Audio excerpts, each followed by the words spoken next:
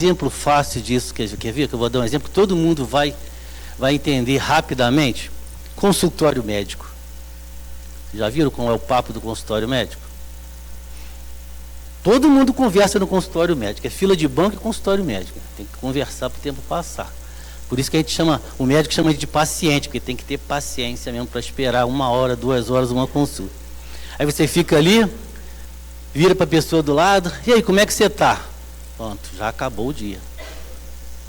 Eu estou horrível, estou com uma dor aqui do lado que eu não sei de onde vem. Isso não é nada, você não sabe a dor que eu tenho na coluna. Aí outra, não é isso, eu tenho dor na coluna, no fígado, na orelha. E vai. É a fluência espiritual. A culpa é de quem lançou essa energia negativa ou é nossa que recebeu essa proposta negativa? Nós podemos diversificar essas coisas no nosso dia a dia. Nós podemos, quando a pessoa trouxer uma notícia ruim, que frio horrível que está hoje, quando a pessoa me falou, eu falei, que ótimo que a gente pode usar um casaco, um blazer, um cachecol, aquela roupinha que está com cheirinho de mofo, de naftalina, a gente pode tirar um pouquinho e usar. Que bom, muda a fluência, o assunto acaba ali. Caixa, né? A gente vai numa loja, tem aquela fila, às vezes tem uma pessoa só na sua frente no caixa. Caixa é mole demais, nossa, todo dia é essa coisa insuportável. Gente, a pessoa está trabalhando. Troca essa fluência, para não culpar depois a carne, que a carne é fraca. Por que a gente tem que mudar essa nossa fluência? Porque nós mudamos somente aquilo que temos controle. É a questão da gente sempre trazer a pré-ocupação. Por que nós nos preocupamos tanto? Porque nós não vivemos o hoje. Quantos de nós aqui presentes, não me respondam para não me constranger, por favor, já está aqui agora pensando em amanhã, em mais tarde, e vai ver a novela das 9 ainda no finalzinho? Quantos de nós não está pensando que vai chegar em casa, ainda tem que fazer uma janta, que ainda vai tomar banho, que amanhã tem que acordar cedo para o trabalho? Tem um psicólogo americano que diz que quando a gente está num local com a cabeça em outro, a gente não está vivendo. Então aproveitem o momento que vocês estão vivendo. Aproveitem para absorver o que está acontecendo agora. Porque o agora, e 1 segundo depois, 1 milésimo de segundo depois, já é passado. A gente não atenta para um detalhe pequeno da vida, que é esse. Eu acabei de falar, esse já é passado. Na pausa de respiração, já é passado. E a gente vive só o passado, a gente acaba não absorvendo nada desse nosso presente que é tão bonito. A gente só dá conta disso quando vai chegando no final da reta, no final da corrida. E a gente vai ficar, eu podia ter feito isso, eu podia ter feito aquilo, eu podia ter amado mais, beijado mais, ter visto o sol se pôr, como diz a música, olhado a flor à beira do rio. Mas não, a gente passa tão correndo que nunca via aquilo. Agora está todo mundo prestando atenção nas cerejeiras, porque a televisão fala toda hora. Cerejeira no Quitandinha, cerejeira no Morém, cerejeira. Aí está todo mundo prestando atenção na cerejeira, porque ninguém nunca notou, essas cerejeiras estão aí, ó. A minha casa tem cerejeira há muitos anos. Eu duvido que alguém tenha notado. Porque a gente vive olhando para o amanhã, a gente não vive olhando para o hoje. Por isso que quando os filhos da gente chegam com 30 anos, a gente fala assim, meu Deus, o que passou que eu não vi? Onde é que ficou esse tempo, esse intervalo entre 1 ano e 30? Onde ficou isso? Eu não vi. E nesse caminho nosso pesado, arrastado, a gente vai reclamando. 90% do nosso dia é reclamando. É da temperatura, é do trabalho, é da falta de dinheiro, mas de braços cruzados a gente não consegue resolver os nossos problemas. a gente vai continuar colocando a culpa na carne. Por quê? Nós somos os engenheiros da nossa obra. Não podemos ser engenheiros de obra pronta, que eu denomino aquele que está numa festa. Vamos arrumar isso aqui para amanhã, para uma festa. Aí convido todos vocês. Aí amanhã de manhã aqui vem 3 só. Aí a gente arruma da melhor maneira. Chega de noite, chega um... Pô, essa mesa podia chegar mais para cá, né? Essa toalha branca não ficou boa. São engenheiros de obra pronta. Quando alguém está se afogando e ora para o Pai com toda a fé do mundo: Senhor, ajude-me a me salvar. Deus fala para assim: bate os braços. Se não bater os braços e as pernas, vai se afogar. Vai se afogar. Nós temos que fazer a nossa parte e não culpar a nossa vida pelos desastres que nós fazemos com ela. Nós escolhemos os caminhos que melhor nos agradam. Tem pessoas que vivem uma vida promíscua de sexualidade. Em determinado momento adquirem uma doença incurável. A culpa é de quem? É de Deus, que não olhou por mim. Eu rezo todo dia de noite. Lembre-se do que o Cristo pregou: vá e não peques mais. Errar é humano. Nós estamos num colégio, numa escola de aprendizado, só não podemos ser humano demais. Se sabe que o caminho é errado, procura outro caminho, tenta, trabalha nisso, bata os braços e as pernas, aprenda a nadar. Só se atravessa um rio turbulento batendo os braços e as pernas. Enquanto ficar olhando, a água vai te levar. Não tem jeito. Uma historinha aqui que eu vou contar para vocês. Conta-se que um aldeão, um homem rude, simples, mas muito sincero, queixou-se a um sábio do mau impulso que ele ainda tinha consigo constantemente. O arrastava ao pecado. Aí o sábio perguntou: sabes montar a cavalo? Sei sim, disse o aldeão, e monto com muita perícia. Sei até lidar com cavalos selvagens. O que fazes quando te acontece de cair do cavalo? Perguntou o sábio. E o aldeão falou: monto outra vez. Pois bem, disse o sábio, faz de conta que o mau impulso seja o cavalo selvagem que precisa ser domado, e andarás na vida sem receio. Nós todo dia temos um cavalo selvagem para montar e para dominar, porque dentro de nós existe algo que nós não gostaríamos de conhecer, algo que precisa ser domado 24 horas por dia, algo que precisa ser trabalhado. E aonde começamos a trabalhar? Dentro do primeiro berço de crescimento espiritual que temos, que é a nossa família, onde são postos os espíritos com todo o complicativo que já tiveram de vidas passadas.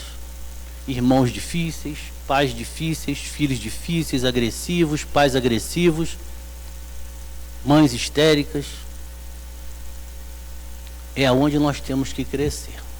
E a cada momento desse tentar entender por que aquele espírito está agindo assim. O que será que eu fiz para aquela criatura em outra vida, para hoje eu estar nessa situação? Tentar entender o motivo é uma forma de começar a caminhar pelo um caminho mais leve, sem carregar peso, sem arrastar correntes, sofrendo menos.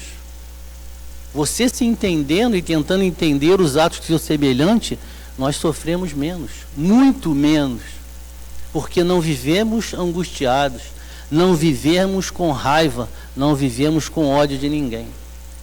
Porque esses são remédios ou venenos que nós tomamos para os outros morrer. raiva, agressão são presentes, você recebe se quiser. E quando recebemos e guardamos, amarguramos essa tristeza dentro de nós por muito tempo. E essa tristeza lá na frente vai se transformar numa doença ruim, que às vezes não vamos ter como solucionar. A gente vê relatos, vários relatos de pais, filhos, irmãos, no leito de morte se arrependerem por ter ficado 20 anos, 30 anos sem se falar. E às vezes por causa de uma besteira, um ciúme bobo, uma coisa inexpressiva. E a gente perde essa grande oportunidade de se reconciliar com aquela pessoa. E eu nem digo de marido e mulher, né, que são os nossos adversários diretos, de crescimento, onde a gente tem que aprender muito um com o outro. Como diz um religioso aí, só Deus para juntar um homem e a mulher mesmo para viver junto, mas ninguém consegue isso. Porque são cabeças muito diferentes. E nós temos que tentar conviver e entender um ao outro, com muita resignação, com muita aceitação, com muita perseverança. Só assim que essa convivência prossegue um caminho mais longo. Não é aturar, não. Tem gente que fala assim, eu aturo essa mulher, mas quando morrer nunca mais eu quero voltar perto dessa coisa. Nós não fomos feitos para aturar, nós fomos feitos para amar. Porque se morrer, vai chegar no plano espiritual aturando, a espiritualidade vai falar assim, vocês vão voltar como marido e mulher de novo. Aí vai falar assim, não, minha promessa foi até que a morte nos separe. Mas a morte é só uma passagem de nível material para espiritual. Não existe vida e morte, é uma coisa só. O espírito é imortal. Já que vocês se aturaram, agora vão voltar para tentar se amar. E esse amor não é amor sexual que eu estou falando. Vou falar amor crístico, amor de entendimento, amor de aceitação, amor de conluio, de compaixão. A gente vê os adolescentes hoje, falam assim, eu vou casar, porque eu amo meu namorado, eu amo, não ama. Sinto dizer, vocês não amam seus namorados ou suas namoradas. Vocês estão apaixonados. E paixão, aí vai a má notícia, acaba. E rápido. É só morar junto. Um mês já acabou a paixão. E aí, com a convivência, com as dificuldades, com o dia a dia, com os sofrimentos, com as alegrias, começa a aparecer o amor. O entendimento, a aceitação dos erros. É aí que a coisa começa a desbordar para o lado do amor. É aí que as dificuldades vão ser superadas pelo amor. Porque paixão não resiste a um casamento. Eu não conheço ninguém que vive casado há muito tempo que vive apaixonado. Não conheço ninguém. Se alguém conhece, me apresente. Nas chamadas tragédias do cotidiano, ouvimos muitas vezes por parte daqueles que fraquejam a afirmação de que se perderam porque a carne é fraca. Ou eu fiz isso porque estava calor insuportável, porque o meu sangue fervia. São expressões que as pessoas usam. Porque meu coração estava batendo forte, eu estava nervoso. Por conta da minha natureza que é de briga, de raiva.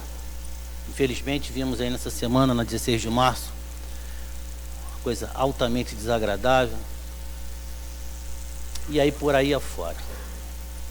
Quando assim agimos na verdade, queremos esquecer ou esconder que quem define nossas atitudes somos nós mesmos. Ninguém, vou repetir, ninguém é responsável pelos nossos atos. Nós culpamos muito o nosso semelhante, aqui entendido também nosso pai, nossa mãe, nosso irmão, nossa esposa, nosso marido, pelas nossas falhas, pelos erros que cometemos. Eu fiz isso porque você fez isso. Não, você fez isso porque você quis fazer isso.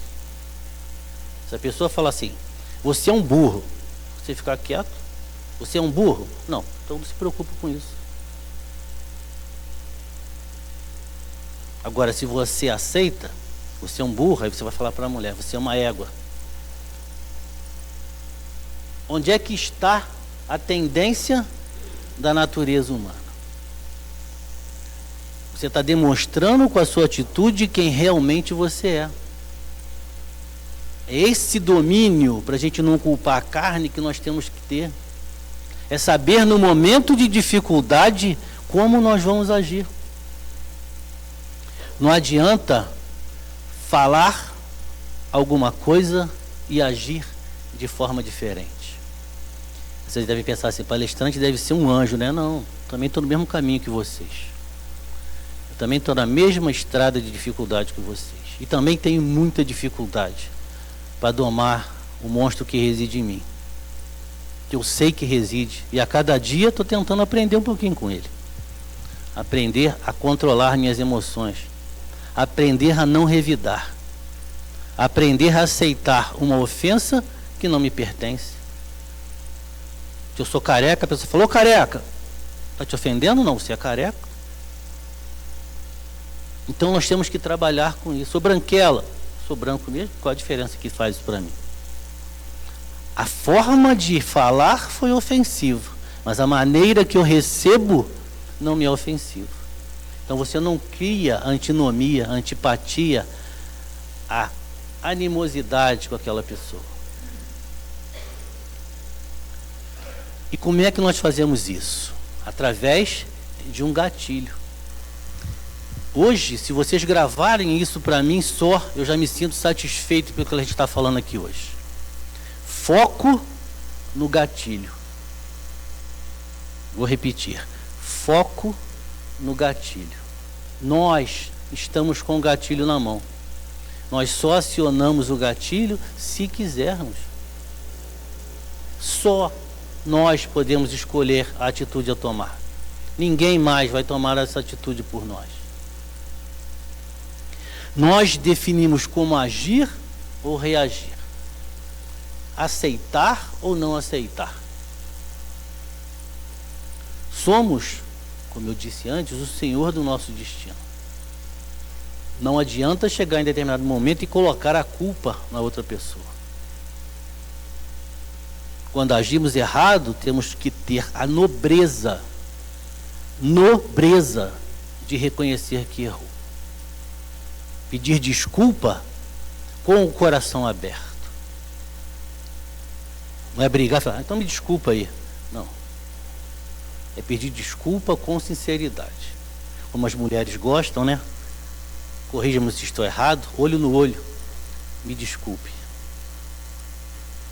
Porque o homem já fala meio de solar assim, me desculpe. Porque tem vergonha, se sente inferiorizado, se sente minorizado. Se sente menos que aquela outra pessoa por pedir desculpa, por pedir perdão.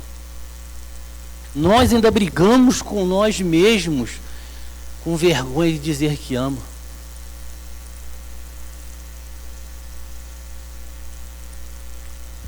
Nós temos vergonha de olhar para o nosso semelhante e falar assim, eu amo você. Isso causa inferioridade. Olha o momento de vida que nós estamos vivendo e ainda temos essa sensação de inferioridade com o nosso semelhante.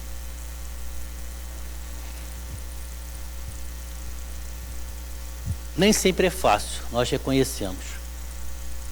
Mas nunca é impossível. Exemplos, vários. Vou dar 2 bíblicos aqui. O apóstolo Pedro, né, que em Getsemane negou Cristo por 3 vezes. Apesar de dizer que nunca iria fazer isso.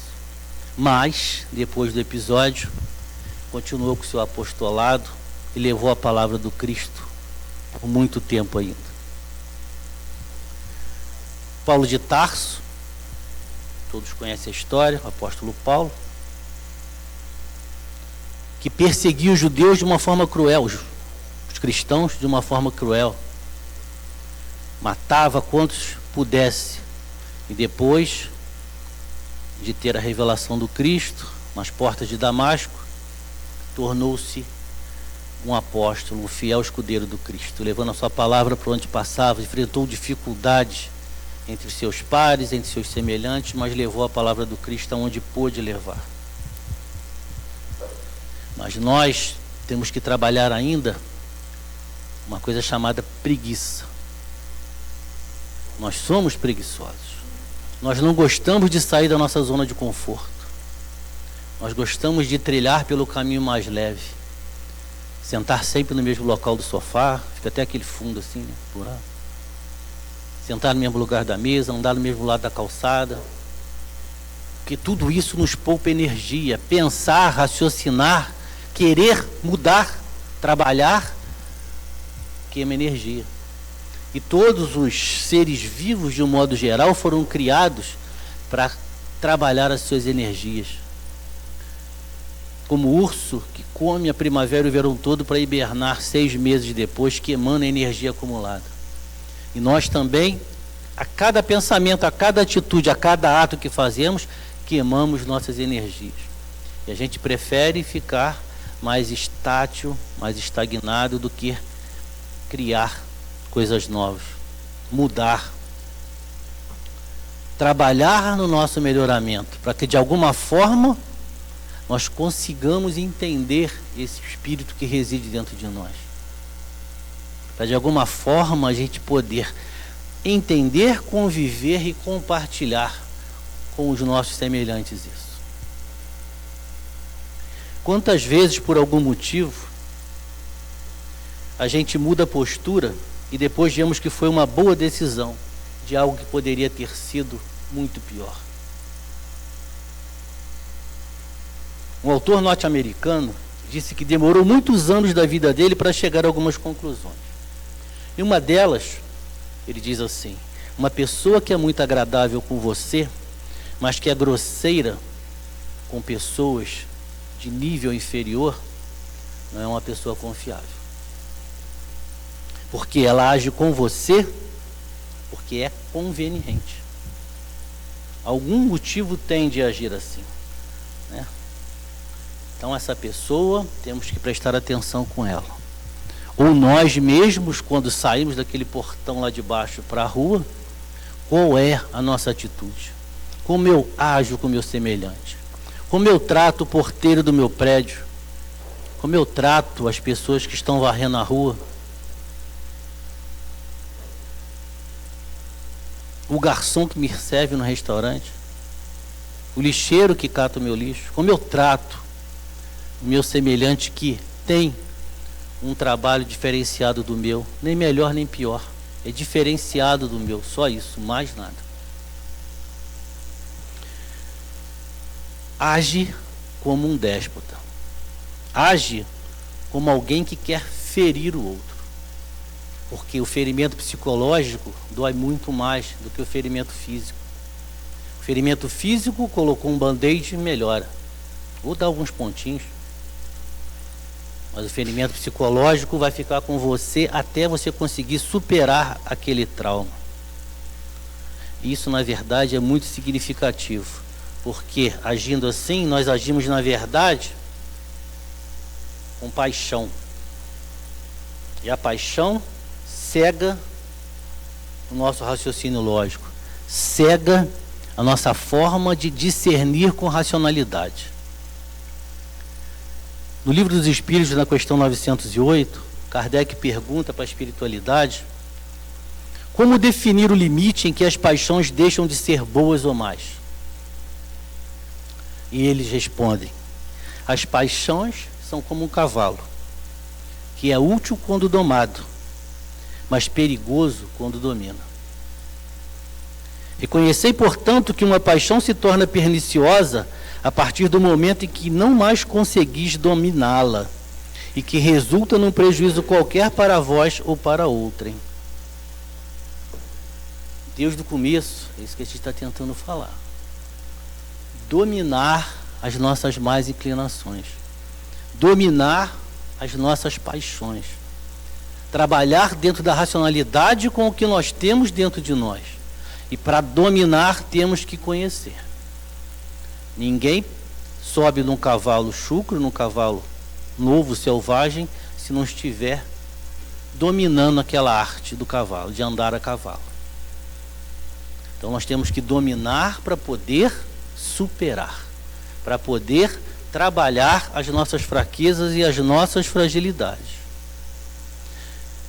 Como eu disse, aqui nessa casa, em diversas outras casas, de um modo geral, as pessoas têm afinidades, têm divergências também. Mas dentro da casa isso não aparece. Mas em alguns momentos, pessoas atravessam a rua para não te cumprimentar. Algumas não veem mesmo, não é aqui julgamento. Mas outras fazem questão de não vir, trocam de calçado. Tem pessoas que eu, com a minha inferioridade, jamais faria, colocam um adesivo no carro assim: eu amo Kardec. Imagina se alguém te fecha na rua. Aí você xinga, aí a pessoa passa com o carro, olha assim: eu amo Kardec. Já pensaram nisso? É uma responsabilidade muito grande. Eu sou kardecista. É uma responsabilidade muito grande. Porque isso traduz nas nossas atitudes lá fora. E não é fazer lá fora o que os outros querem que eu veja. É agir conforme os mandamentos do Cristo. Que adianta eu estar aqui falando para vocês, e amanhã um de vocês esbarra comigo na rua, e eu logo faço uma ofensa. É pregar o que eu não faço?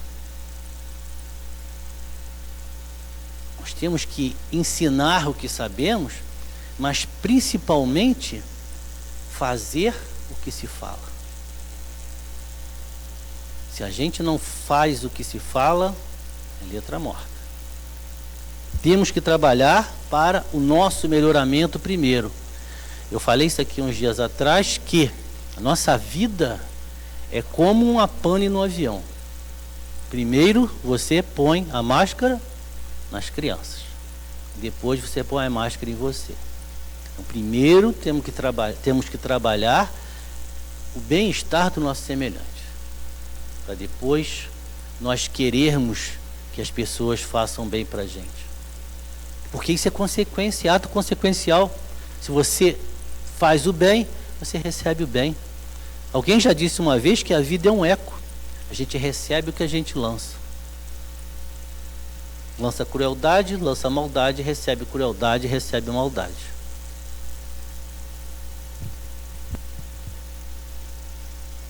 Conta-se que certa vez um dirigente da casa espírita viu no supermercado uma senhora que fazia tratamento na casa, atendimento e tratamento na casa. Quando olhou, viu que ela estava na fila do caixa, falou assim: vou pregar uma peça com ela, vou provocá-la, já que ela não me viu. E com o carrinho do supermercado atrás dela, empurrou o carrinho nas pernas dela.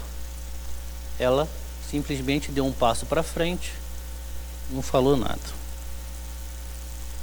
Não satisfeito, ele chegou o carrinho para trás e trombou com ela. E o que ela disse para ele? O senhor quer passar? E após o dirigente ser reconhecido, ele disse que estava provocando ela. E ela respondeu: mas por que você não tomou uma atitude agressiva? E ela respondeu: eu não tinha motivo para tomar uma atitude agressiva. Mesmo eu batendo com o carrinho em você, mesmo eu dando de ombros em você. E ela respondeu: poderia ser alguém apressado. Vejam como a energia que se criou naquele momento.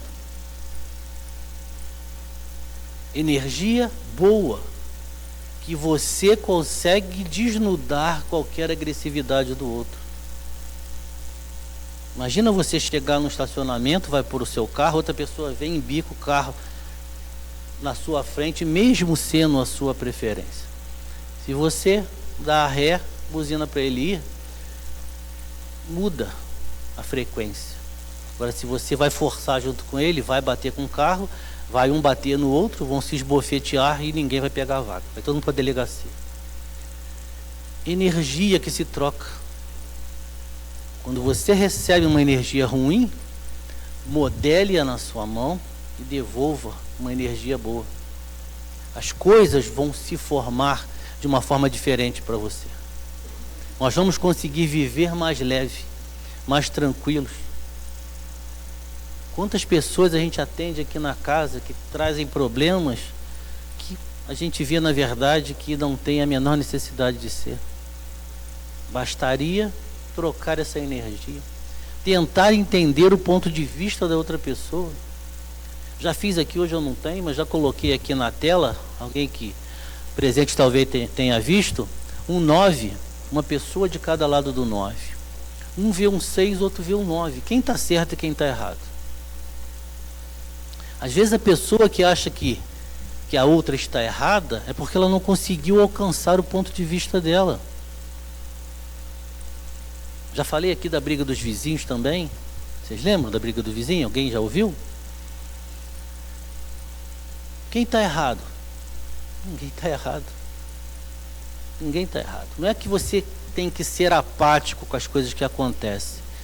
É a forma que você vai lidar com as coisas que acontecem. Você não se envolvendo de uma maneira negativa. Se a pessoa vem trazer para você um problema e quer ouvir uma resposta, se for solicitado, você coloca o seu ponto de vista. Não dizendo, não, separa da sua mulher, separa do seu marido, não. Se suicida sim, se mata porque a tua vida está horrível. Você é responsável por isso também. Então a questão é o que você está passando para aquela pessoa. Tem pessoas que vêm aqui na casa com problemas sérios só de entrar aqui com essa energia que a gente tem, só com o abraço que recebe no momento do atendimento, ela já muda. Teve uma pessoa que eu atendi aqui que mal chegou lá na sala de atendimento, na minha frente. Eu vim aqui, mas não acredito em nada disso não, hein? Eu falei, sinto muito, mas você acredita, senão você não teria vindo aqui. Você pode estar tentando negar que acredita, que não acredita, mas você acredita, senão você não teria vindo aqui. Mas deixa isso para lá e me conte o seu problema. E conversamos, e frequentadora da casa hoje. Então, não adianta negar por negar. Convença-se, instrua-se, entenda-se, procura a palavra do Cristo, procure o certo, o caminho reto. Toda estrada tem vários caminhos. Outro exemplo que eu já dei aqui também, mas eu gosto de repetir, porque é uma coisa que mudou muito a minha vida, né? Que Alice no País das Maravilhas, eu disse que é um livro filosófico, apesar de ser infantil, mas é um livro filosófico. Porque tem aquele gato que a gente só vê o rabo fazendo assim, né? Que aí a Alice chega em vários caminhos e ela pergunta para o gato: gato, para onde vai dar esse caminho? Ele pergunta para ela: para onde você quer ir? Ela fala assim: não sei. Para quem não sabe para onde quer ir, qualquer caminho basta. Qualquer caminho serve. Se você está perdido, qualquer caminho vai lhe fazer bem. E por que não procurar um caminho correto, um caminho reto, um caminho de luz, um caminho que vai te trazer um lenitivo, vai te trazer um crescimento espiritual, vai te fazer uma pessoa melhor? Por que viver oprimido, triste, se você pode viver feliz? Tem alguém aqui que não quer ser feliz? Que bom. Todos nós buscamos isso, mas erramos o caminho, pisamos no espinho e vamos dizer que a carne é fraca. Será que a carne é fraca mesmo? Ou é o nosso espírito que é sem vergonha, que não procura se iluminar? A nossa função enquanto seres humanos é nos instruir, crescer mentalmente, espiritualmente, porque o que nós adquirimos de conhecimento nunca mais se perde. Nosso espírito armazena isso para nunca mais se perder. Olha, eu estou falando nessa vida, estou falando nunca mais se perde. Daí que vemos crianças com tenridade tocando violino com 3 anos de idade, quando para aprender demoram 18 anos. Crianças que falam com 1 ano e meio, 2 anos, idiomas totalmente diversos de onde ele nasceu. Isso é o quê? Cultura do espírito. Tem pessoas que dizem, isso não é cultura do espírito, isso é dom. Então me explica o que é dom. O que é dom? É algo que você nasceu com ele? Mas alguém então injetou na sua cabeça aquilo?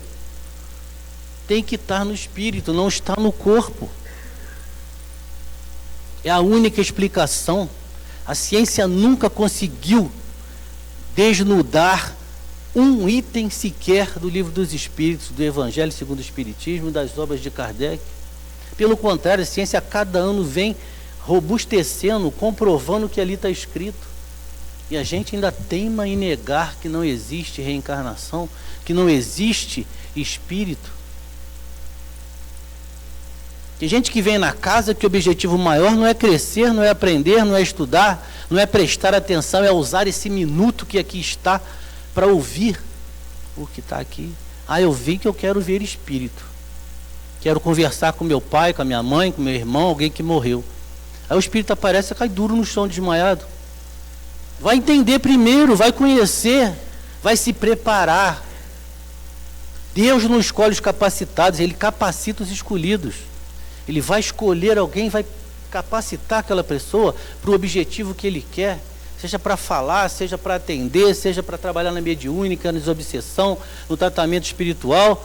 Aonde Ele precisar de você, Ele vai te caminhar. Mas você tem que se preparar. Tem que bater os braços e as pernas, senão vai morrer afogado. Ninguém aprende a nadar sentado na cadeira na borda da piscina. Fica vendo todo mundo nadar, eu sei como é que é. Mas não vai nadar. Não vai nadar. Enquanto não entrar na água, não vai nadar. Então nós temos que descruzar os braços, deixar de ser engenheiros de obras prontas, deixar de criticar o que não conhece, que não sabe fazer. Procura ajudar, somar, acrescentar. Nós vemos homens até hoje que têm vergonha de lavar um copo, uma panela, dentro de casa. Por quê? Isso não é coisa de homem. Então é da mulher?